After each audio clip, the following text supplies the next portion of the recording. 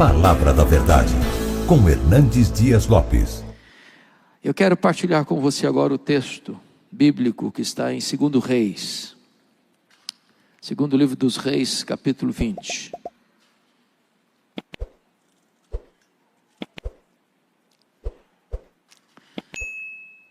Versos de 1 a 11.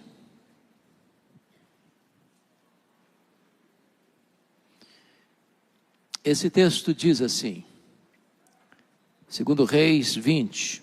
Naqueles dias Ezequias adoeceu de uma enfermidade mortal. Veio ter com ele o profeta Isaías, filho de Amós, e lhe disse: assim diz o Senhor, põe em ordem a tua casa, porque morrerás e não viverás.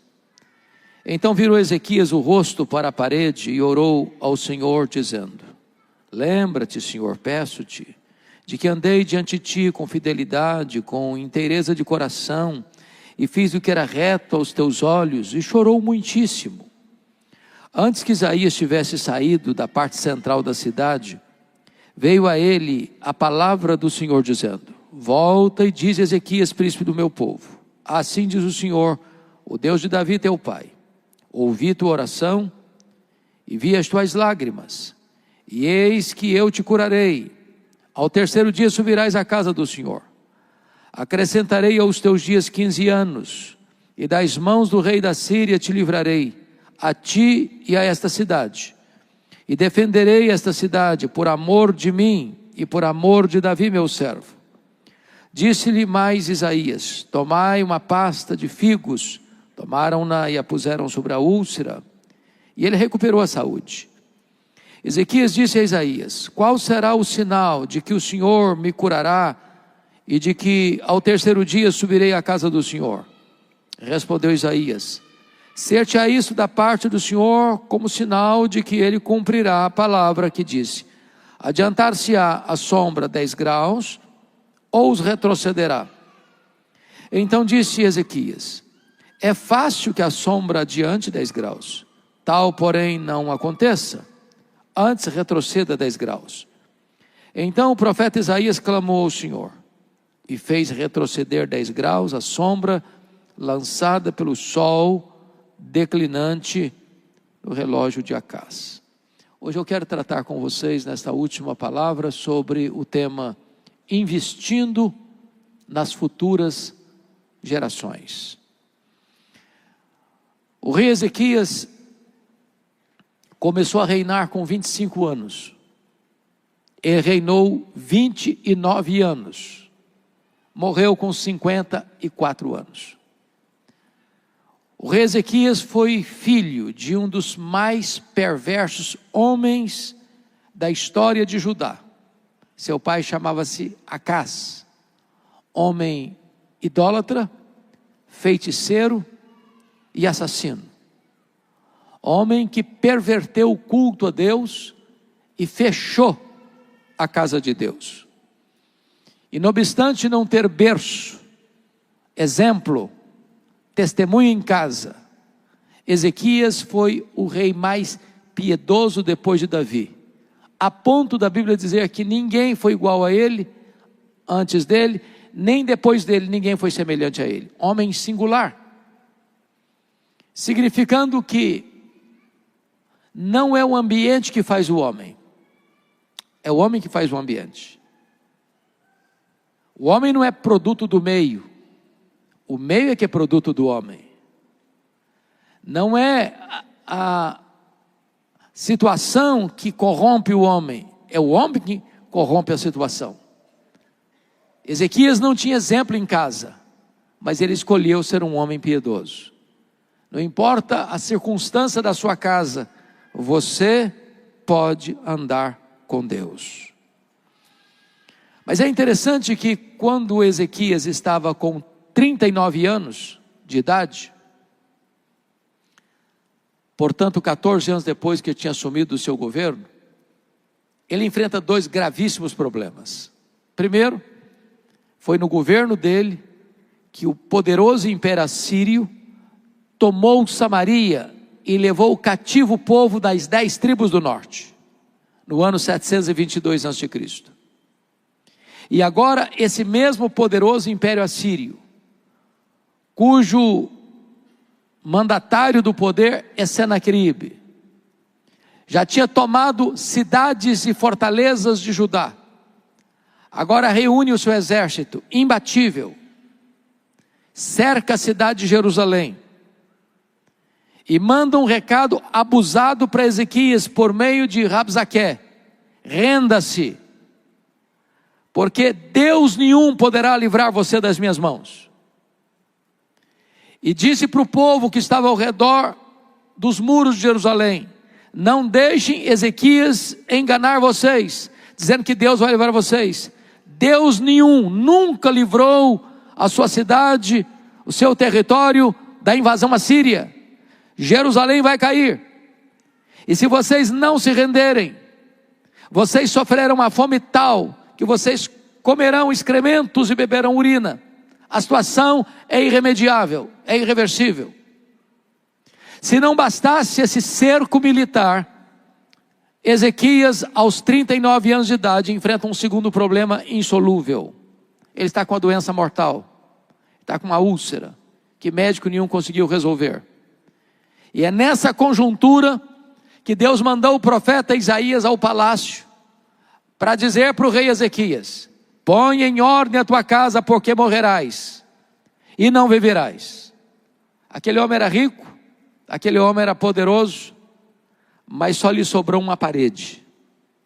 E para a parede ele se voltou, e diz a Bíblia que ele orou fervorosamente, que ele chorou copiosamente, e que Deus respondeu rapidamente, porque o profeta Isaías não tinha saído do centro da cidade ainda, quando Deus diz para ele: volta lá a Ezequias, príncipe do meu povo, e diz para ele que eu ouvi a sua oração, eu vi as suas lágrimas, e vou curá-lo, dando-lhe mais 15 anos, e vou libertar Jerusalém do poder da Síria. E então Deus escala o anjo do Senhor, que mata ao redor de Jerusalém 185 mil soldados assírios. Deus move e faz um barulho nas circunstâncias, para que Senaqueribe retornasse à sua terra e fosse assassinado no templo do seu Deus pelos seus próprios filhos. Deus cura Ezequias, Deus liberta Ezequias do poder de uma invasão militar. Quando Isaías dá o recado para ele, ele pergunta: qual é a evidência de que Deus vai me curar e eu vou subir ao templo no terceiro dia? O profeta perguntou: o que é que você quer? Que a sombra do relógio de Acais avance 10 graus ou retroceda 10 graus? Ele pensou: já que Deus vai fazer um milagre, eu quero o milagre maior. Eu nunca vi, já vi muito relógio adiantar, mas você não vê relógio, o ponteiro do relógio retroceder. Então eu disse: já que é para fazer o milagre, eu quero que retroceda 10 graus.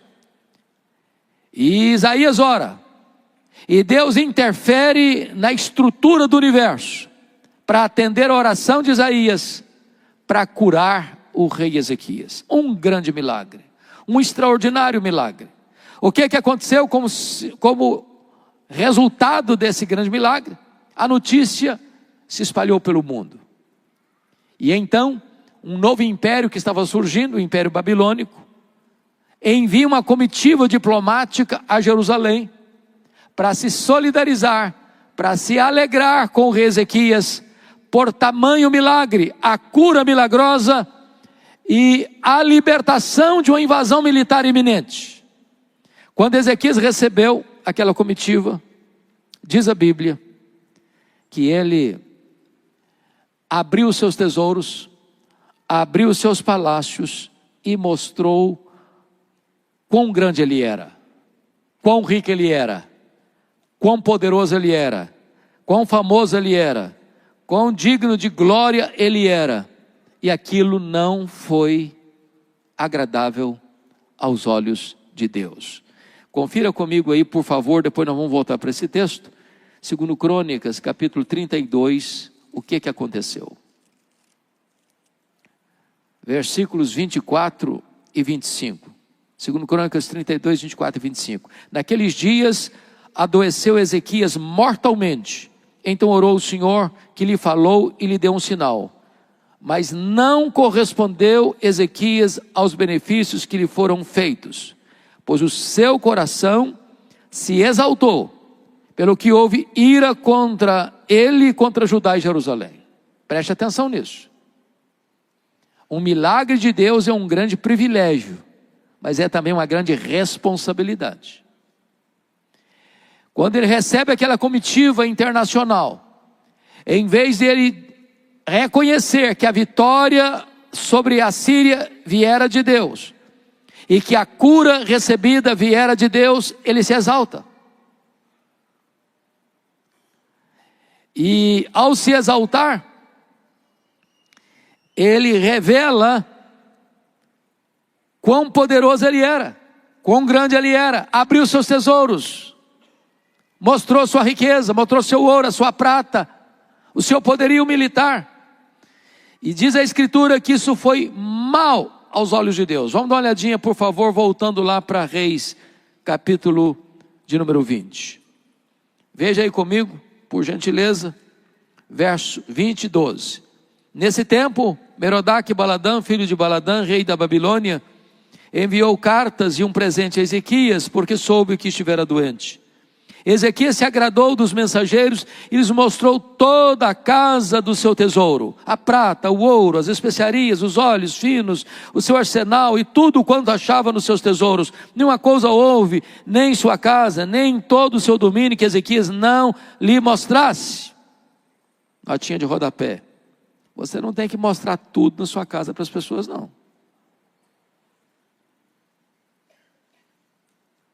Porque o que tem na sua casa, você precisa preservar e guardar. Não faz propaganda, não. Sobretudo, se você está fazendo propaganda para se envaidecer, para se vangloriar, para dizer que você é mais inteligente, mais esperto, que você está numa condição financeira melhor do que os outros, porque você é mais inteligente que os outros. Cuidado com isso. O que aconteceu? Versículo 14. Então Isaías o profeta veio ao rei Ezequias e lhe disse: que foi que aqueles homens disseram, e de onde vieram a ti? E respondeu Ezequias: uma terra longínqua, vieram da Babilônia. Perguntou ele: que viram em tua casa? Respondeu ele: viram tudo quanto há na minha casa, coisa nenhuma há nos meus tesouros que eu não lhes mostrasse. Ele mostrou a grandeza dele, o poder dele, a riqueza dele, a glória dele. Agora veja o que o profeta vai dizer para ele. Versículo 16. Então disse Isaías a Ezequias: ouve a palavra do Senhor. Eis que virão dias em que tudo quanto houver em tua casa, com o que entesouraram os teus pais até o dia de hoje, será levado para a Babilônia, não ficará coisa alguma, disse o Senhor. Ou seja, essa Babilônia vai se tornar um poderoso império. Essa Babilônia voltará. Essa Babilônia cercará Jerusalém. Essa Babilônia tomará Jerusalém. Essa Babilônia vai saquear todas as riquezas, toda a prata, todo o ouro, tudo aquilo que você juntou até hoje, vai levar tudo embora. Mas mais, olha o versículo 18. Dos teus próprios filhos que tu gerares, tomarão, ou seja, os filhos serão escravos. Tem mais. Para que sejam eunucos no palácio do rei da Babilônia, ou seja, seus filhos serão castrados. Serão eunucos, feitos eunucos. Não terá mais descendência. Agora veja a resposta do rei ao profeta, diante dessa tragédia. Então disse Ezequias a Isaías: boa é a palavra do Senhor que disseste. Então você não está entendendo. Você está maluco? Eu estou falando que a Babilônia virá, que a Babilônia vai saquear, que a Babilônia vai escravizar, que a Babilônia vai fazer dos filhos eunucos, castrá-los. E você diz que boa essa palavra? Você está louco? Você perdeu o juízo? Que negócio é esse? E ele justifica. Olha o versículo 19, parte B. Pois pensava: haverá paz e segurança em meus dias. Traduzindo, sabe o que ele está dizendo? Ele não falou agora não, ele está pensando. Boa essa palavra. Porque quando isso acontecer, eu já terei batido as botas. Quando isso acontecer, eu já não vou estar mais aqui para contar essa história. Quando isso acontecer, eu já morri há muito tempo. E agora preste atenção na conclusão dele.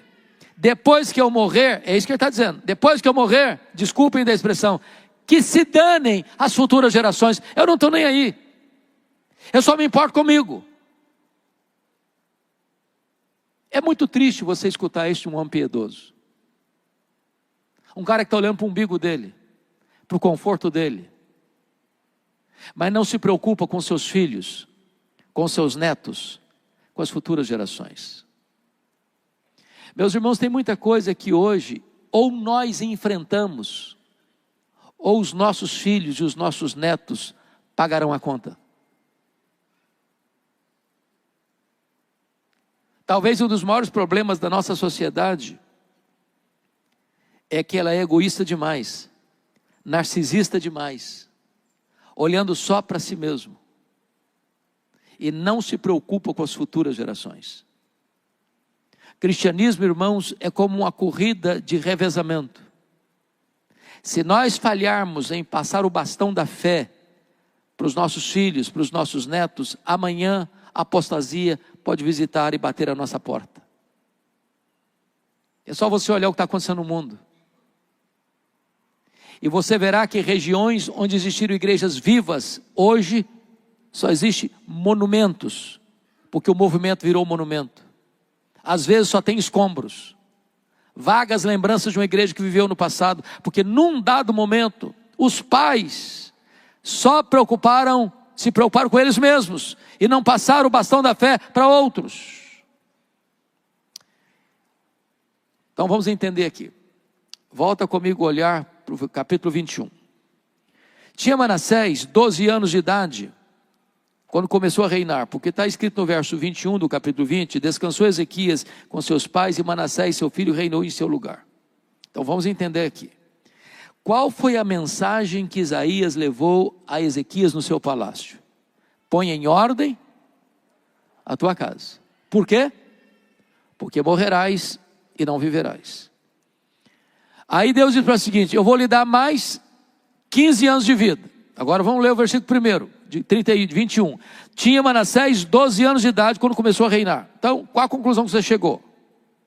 Que o Manassés nasceu 3 anos depois do milagre da cura. Você tinha mais 15 anos. Manassés começou a governar com 12. Significa que no 3º ano da cura nasceu um menino, que era o filho dele, o sucessor dele, o herdeiro do trono. Se este homem tivesse levado Deus a sério, o que ele teria feito? Meu Deus, o Senhor mandou eu colocar minha casa em ordem. E casa não é o palácio, não são os tapetes, não são os móveis. Casa é família. Então o que ele teria feito? Eu vou investir no meu filho, vai ser meu sucessor. Ele já tinha histórico de homens maus no passado, como o pai dele tinha sido um homem mau, o Acás. Eu quero que o meu filho conheça o Senhor. Eu quero que o meu filho ande nas minhas pegadas. Eu quero que o meu filho conheça a verdade. Eu quero que o meu filho ande na verdade. Eu quero que o meu filho seja um homem digno de assumir o trono e continuar o revivamento e a reforma espiritual. Mas o silêncio do texto é perturbador. Ele não fez isso. Se você olhar comigo, vamos perceber versículo 2. Quando Manassés assumiu o governo, ele fez o que era mal perante o Senhor, segundo as abominações dos gentios que o Senhor expulsara de suas possessões de diante dos filhos de Israel. Versículo 3. Pois tornou a edificar os altos, que Ezequias seu pai havia destruído. Levantou altares a Baal. Fez um poste ídolo, como o que fizera Acabe, rei de Israel. E se prostrou diante de todo o exército dos céus e o serviu. Versículo 4. Edificou altares na casa do Senhor, da qual o Senhor tinha dito, em Jerusalém porei o meu nome. Versículo 5. Também edificou altares a todo o exército dos céus, nos átrios da casa do Senhor. Versículo 6. Queimou seu próprio filho como sacrifício, adivinhava pelas nuvens, era agoureiro, tratava com médiuns e feiticeiros, prosseguiu em fazer o que era mal perante o Senhor, para o provocar a ira. Versículo 9: Manassés de tal modo os fez errar, que fizeram pior do que as nações que o Senhor tinha dito ou destruído diante dos filhos de Israel. Versículo 16: Além disso, Manassés derramou muitíssimo sangue inocente, até encher Jerusalém de um a outro extremo, afora seu pecado com que fez pecar a Judá, praticando o que era mal perante o Senhor. Foi o maior monstro da história de Judá, foi o pior rei da história de Judá. Por quê? Porque o pai dele não investiu na vida do menino. Trágico, triste. Manassés foi o cara que mais governou em Jerusalém, 55 anos, e foi o pior rei de Jerusalém, foi o pior rei de Judá, por uma razão única: seu pai não levou a sério uma ordem de Deus: põe em ordem a tua casa. Não investiu na vida espiritual do seu filho. E aí, meus amados irmãos, nós precisamos ir para um outro texto para entender uma coisa. Vá comigo agora, por favor, para Jeremias 15. Jeremias 15. Por favor, observe aí. Versos de 1 a 4. Esse é um dos textos mais duros da Bíblia. Disse, porém, o Senhor: ainda que Moisés e Samuel se pusessem diante de mim, os dois grandes intercessores, meu coração não se inclinaria para este povo. Lança-o diante de mim e saiam. Quando te perguntarem para onde iremos, dir-lhes-ás: assim diz o Senhor, o que é para a morte, para a morte, o que é para a espada, para a espada, o que é para a fome, para a fome, o que é para o cativeiro, para o cativeiro. Porque os punirei com 4 sortes de castigo, diz o Senhor: com espada para matar, com cães para os arrastarem, e com as aves dos céus e as feras do campo para os devorarem e destruírem. É o cerco de Jerusalém, é a Babilônia prestes a invadir Jerusalém. Por que razão? Por favor, grave, anote, sublinhe esse versículo. Entregá-los-ei para que seja um espetáculo horrendo por todos os reinos da terra, por causa de Manassés, filho de Ezequias, rei de Judá, por tudo quanto fez em Jerusalém. Perceba aí o reflexo. A invasão da Babilônia, a queda de Jerusalém, a destruição do templo de Salomão, a maior ruína daquele território ocorreu, por quê? Por causa de Manassés. Conclusão: o cativeiro babilônico nasceu dentro da casa do rei Ezequias. A maior tragédia de Jerusalém nasceu no útero da casa de Ezequias. Põe em ordem a tua casa. Ele não investiu no seu filho, e o seu filho foi o causador do grande cerco, da grande queda, da grande destruição de Jerusalém. Agora preste atenção nisso. Quando eu olho para a Bíblia, eu vejo que Davi, por exemplo, tentou salvar o mundo e perdeu a sua família. Quando eu olho para a Bíblia, eu vejo que Noé perdeu o mundo, mas salvou a sua família. Talvez seja um alerta para você e para mim, que através da nossa família, Deus alcance o mundo. Quando eu olho para a Bíblia, eu vejo que Deus trouxe um propósito na vida de cada pessoa que Ele levantou. Por exemplo, o propósito de Deus na vida de Moisés foi libertar o povo da escravidão. O propósito de Deus na vida de Josué foi introduzir o povo na terra prometida. O propósito de Deus na vida de Davi foi reunificar e fortalecer um reino. O propósito de Deus na vida de Salomão foi ele construir o templo de Jerusalém. O propósito de Deus na vida de Neemias foi restaurar os muros de Jerusalém. O propósito de Deus na vida de João Batista foi preparar o caminho do Senhor para que ele se manifestasse. O propósito de Deus na vida de Pedro foi que ele abrisse a porta do evangelho para judeus e gentios. O propósito de Deus na vida de Paulo foi que ele levasse o evangelho a todos os rincões do Império Romano. E você pergunta: mas qual era o propósito de Abraão, o pai da fé? Já pensou nisso? Para que Deus levantou Abraão? A Bíblia responde essa pergunta. Olha comigo, por favor, Gênesis 18. Olha que coisa interessante. Gênesis 18, versículo 19. Eu vou ler o versículo 18 também. Visto que Abraão certamente virá a ser uma grande e poderosa nação, nele serão benditas todas as nações da terra. Agora o verso 19. Porque eu o escolhi para que ordene a seus filhos e a sua casa depois dele, a fim de que guarde o caminho do Senhor e pratique a justiça e o juízo, para que o Senhor faça vir sobre Abraão o que tem falado a seu respeito. Para que Deus escolheu Abraão? Qual o propósito da escolha de Abraão? Tirando-o de Ur dos Caldeus, tirando-o da idolatria. Qual o propósito? Está escrito aí. Para que ordene a seus filhos e a sua casa depois dele. Não é só você não, Abraão. Eu estou escolhendo você para você colocar em ordem a sua casa. Eu estou escolhendo você para que você ordene a seus filhos, a seus netos, a seus pósteros, a pôr em Deus a sua confiança. Agora vamos entender outra coisa. Quando Isaac, o filho da promessa, nasceu, quantos anos tinha Abraão? Tinha 100 anos. O Isaac casou com quantos anos? 40 anos. Então quantos anos tinha Abraão quando Isaac casou? 140 anos. A Rebeca era estéril. Quantos anos Isaac orou por ela para ser curada? 20 anos. Então quando nasceram os meninos, os netos do Abraão, Esaú e Jacó, quantos anos tinha Abraão? 160 anos. Com quantos anos Abraão morreu? Com 175. Quantos anos Abraão viveu com seus netos? Apenas 15 anos.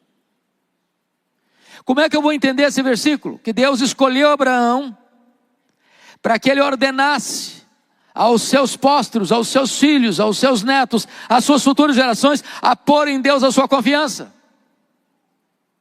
Se ele só teve 15 anos já no final da vida para conviver com os netos? A Bíblia responde essa pergunta lá em Hebreus capítulo 11. Vá comigo para lá. Versículo 13. O que está escrito lá? Vamos ver. 11, 13. Está escrito assim: todos estes morreram na fé, sem ter obtido as promessas, vendo-as porém de longe, e saudando-as, e confessando que eram estrangeiros e peregrinos sobre a terra. Sabe o que está acontecendo aqui?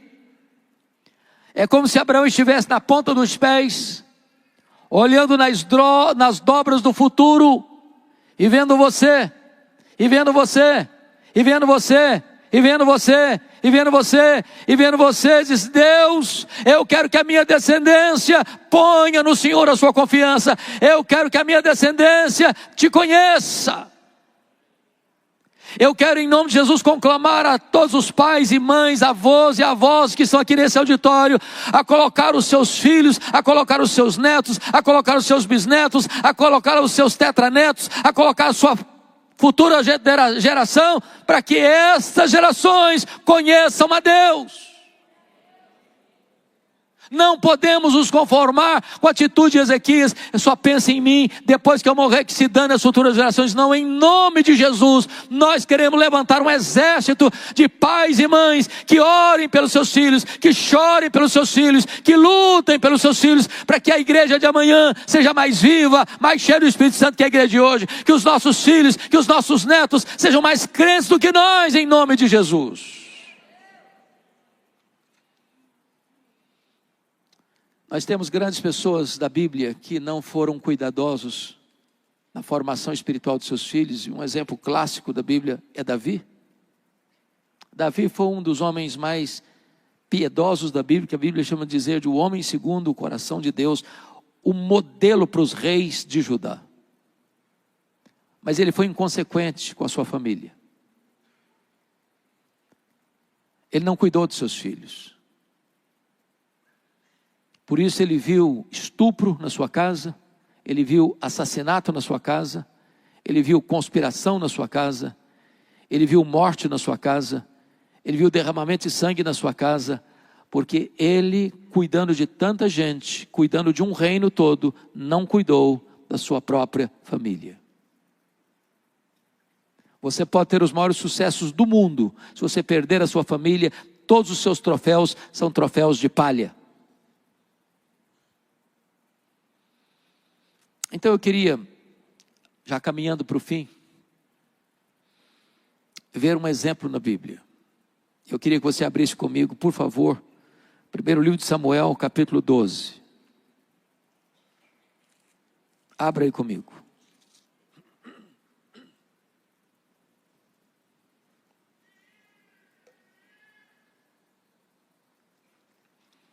Esse é um relatório de um homem que teve tríplice função no seu país.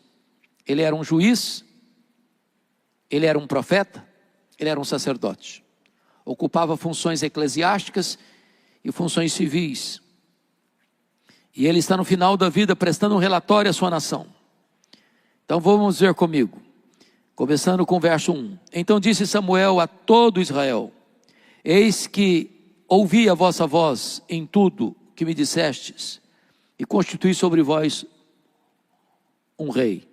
Agora, pois, eis que tendes o rei à vossa frente. Já envelheci, e estou cheio de câncer, e meus filhos estão convosco. O meu procedimento esteve diante de vós, desde a minha mocidade até o dia de hoje.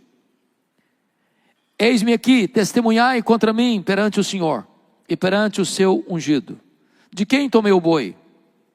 De quem tomei o jumento? A quem defraudei? A quem oprimi? Das mãos de quem aceitei suborno, para encobrir com ele os meus olhos? E vou-lo restituirei. Eu fico imaginando, se os políticos do Brasil, se os políticos de Brasília, poderiam ao final do seu mandato, dar um relatório desse. Durante a vida inteira, lidando com dinheiro, lidando com a administração pública, lidando com as coisas eclesiásticas, com lisura. Versículo 4, então responderam: em nada nos defraudaste, nem nos oprimiste, nem tomaste coisa alguma das mãos de ninguém. E ele lhes disse: o Senhor é testemunha contra vós outros, e o seu ungido é hoje testemunha de que nada tendes achado nas minhas mãos. E o povo confirmou: Deus é testemunha. Vida limpa, vida ilibada, testemunho irrepreensível. Você então diz assim: é desse jeito que eu quero também encerrar minha carreira. Testemunho bonito. Mas, porém, entretanto, todavia, entre mentes, algumas coisas esquisitas. Volta comigo ao capítulo 8. Verso de 1 a 5. Porque lá é o Samuel diante da nação, dando um relatório. Agora vamos ler o capítulo 8. Verso 1. Tendo Samuel envelhecido, constituiu seus filhos por juízes sobre Israel. Para um pouquinho. Pergunta: quem constituía juiz em Israel? Deus. Prerrogativa exclusiva de Deus. Aqui Samuel está assumindo um papel que não é dele. Pior, ele está constituindo seus filhos. Isso é nepotismo. Constituindo seus filhos que não têm um bom exemplo.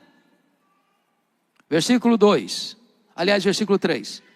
Porém seus filhos não andaram pelos caminhos dele. Antes se inclinaram à avareza e aceitaram subornos e perverteram o direito. Ou seja, os filhos de Samuel tinham outro estofo moral diferente do pai. O ponto positivo de Samuel é: você não subornou, você não roubou, você não se corrompeu, você não recebeu propina, você não recebeu um boi, um jumento sequer, com pagamento de favores. Não, foi íntegro. Mas os filhos dele foram o contrário do pai, aceitaram o suborno. Versículo 4. Então os anciãos todos de Israel, preste atenção, não foram alguns anciãos não, todos os anciãos de Israel se congregaram e vieram a Ramá, vieram a Samuel a Ramá e lhe disseram: veja, estás velho, e teus filhos não andam pelos teus caminhos. Constitui-nos, pois, agora um rei sobre nós, para que nos governe, como tem em todas as nações. Em outras palavras, estão dizendo o seguinte: Samuel, se você vivesse mais tempo, nós estávamos fechados com você. Agora você está pertinho de bater as botas. E nos seus filhos nós não confiamos. Nós não queremos ficar debaixo da autoridade dos seus filhos. Então faz um favor, antes de você morrer, constitui-nos um rei, porque nós não queremos ficar debaixo da liderança dos seus filhos. Notinha de rodapé. Israel rejeitou o governo de Deus e abraçou a monarquia, que não era o projeto de Deus. E a monarquia nasceu dentro da casa de Samuel. Sabe por quê? Samuel levou Deus a sério, mas não passou o bastão da mesma fé para os seus filhos.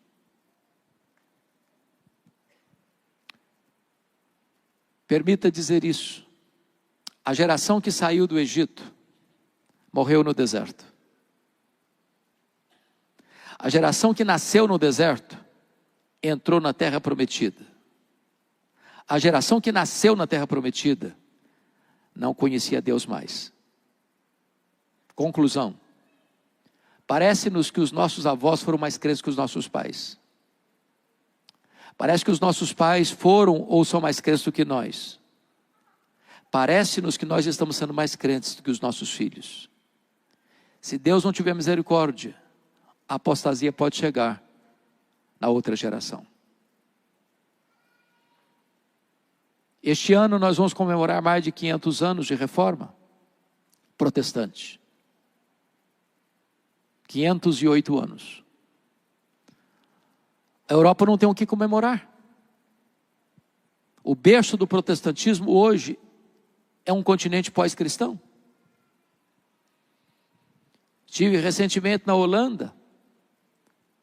Até 1960 a igreja estava lá e os templos eram frequentados. De 1960 para cá, os templos estão lá, mas vazios. De vez em quando uma palestra, de vez em quando um musical, mas as pessoas não estão mais nas igrejas. Fui para a Escócia, o berço de John Knox, o berço do presbiterianismo, a igreja do Castelo. Quando eu entrei, belíssimo templo, a torre empinada aos céus.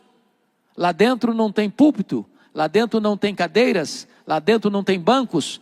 Agora aquele templo é um bar. As pessoas se reúnem lá para beber. Você vai para a Inglaterra dos grandes avivamentos, a Inglaterra de George Whitefield, de John Wesley, de William Carey, de William Wilberforce, de John Charles Ryle, de Charles Haddon Spurgeon, a Inglaterra de Mark Lloyd Jones, a Inglaterra de John Stott. Hoje menos de 4% dos ingleses frequentam a igreja evangélica. Os templos estão sendo vendidos e transformados em museus, em boates, em mesquitas muçulmanas. Você vai para os Estados Unidos e todas as igrejas históricas estão minguando, desidratando, perdendo milhares e milhares de membros todos os anos. Os seminários que formaram teólogos e pastores, tomados de assalto pelos liberais, ensinam apenas ceticismo. O liberalismo devastou a Europa, está devastando a América. E você encontra lá então as chamadas dead churches, igrejas mortas. Você vem para o Brasil e você vai ver denominações inteiras que já se renderam ao liberalismo. Igrejas que não acreditam mais que a Bíblia é a palavra de Deus. Seminários que não ensinam mais que a Bíblia é a palavra de Deus. Há poucos dias, pastor Francisco, um pastor me ligou com lágrimas, chorando no telefone, e disse: pastor Hernandes, a minha denominação não batizou uma pessoa por igreja, em média, no ano inteiro.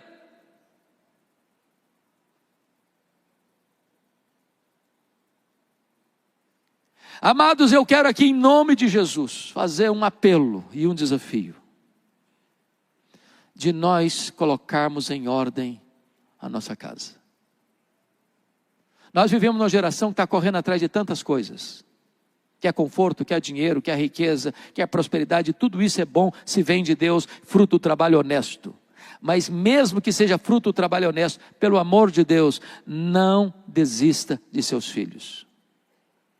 Não abra mão de ver os seus filhos convertidos. Não abra mão de investir nos seus netos. Porque nós poderíamos ter todas as riquezas do mundo, se nós perdermos os nossos filhos, os nossos netos, as futuras gerações, nós teremos fracassado rotundamente em nossa missão. Invista nas futuras gerações. E eu quero concluir com o Salmo 78, por favor, vá comigo para lá e eu encerro aqui.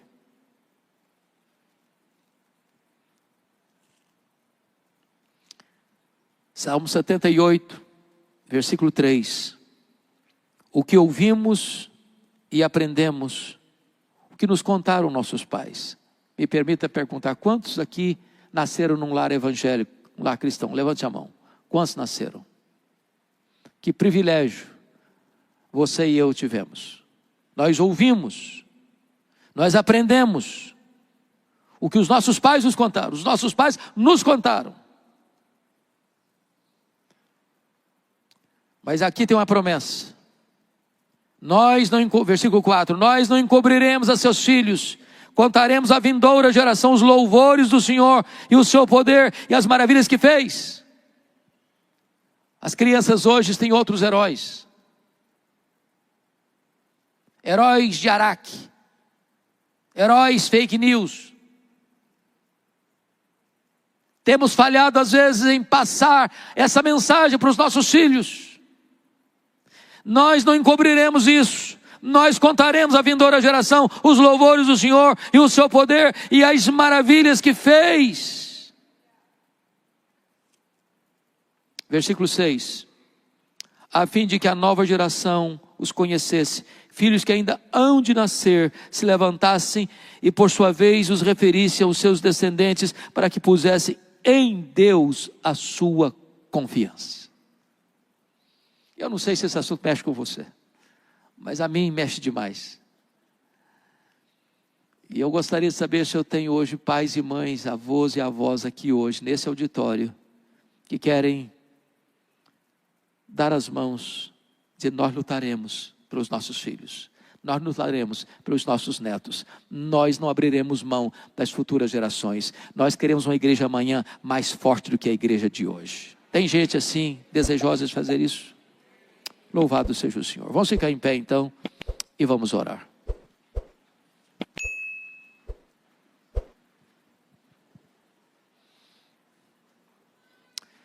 Deus bendito, acabamos de receber um alerta da tua palavra. E nós não queremos agir como agiu no passado o rei Ezequias, que só se importava com ele, com o conforto dele, com a proteção dele, mas entregou seus filhos, seus netos, seus pósteros à escravidão e à morte. Compadece-te de nós, Senhor.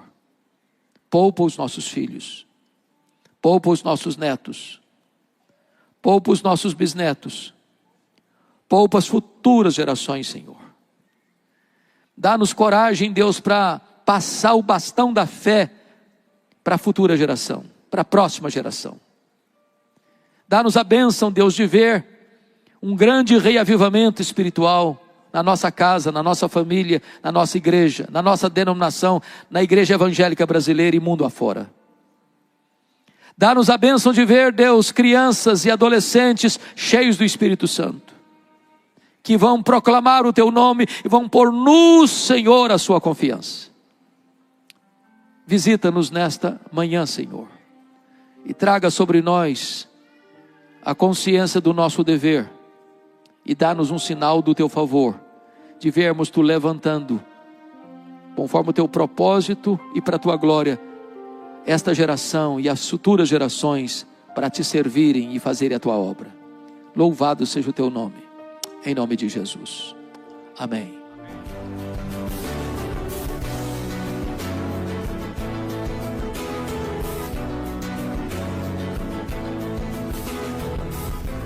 Palavra da Verdade, com Hernandes Dias Lopes.